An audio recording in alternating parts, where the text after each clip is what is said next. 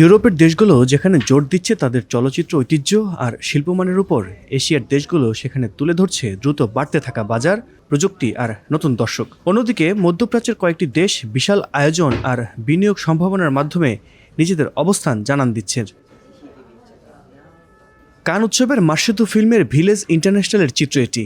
এবার বিশ্বের ৯০টির বেশি দেশ অংশ নিচ্ছে। আয়োজকদের তথ্য অনুযায়ী এই দেশগুলো মিলিয়ে রয়েছে প্রায় ৬০টি iconic pavilion. We promote the co-production systems, we promote the cash rebate systems.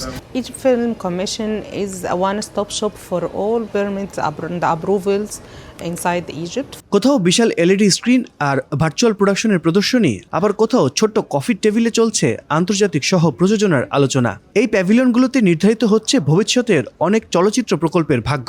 Japan has 12 pictures selected for the official section in the festival. Are you ready to connect to a perfect journey with Turkish Airlines? To connect to a journey that's perfect because of you.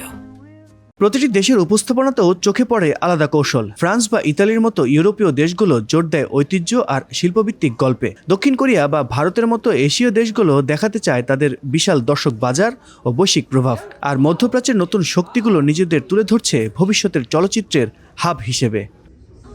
একই উৎসবে বিভিন্ন দেশের যেন একটা নীরব প্রতিযোগিতা চলছে। সিনেমার ভাষায় সবাই বলতে চাইছে বিশ্বমঞ্চে তাদের গল্পটাই সবচেয়ে গুরুত্বপূর্ণ। আল কাসির, স্টার নিউজ, ফ্রান্স।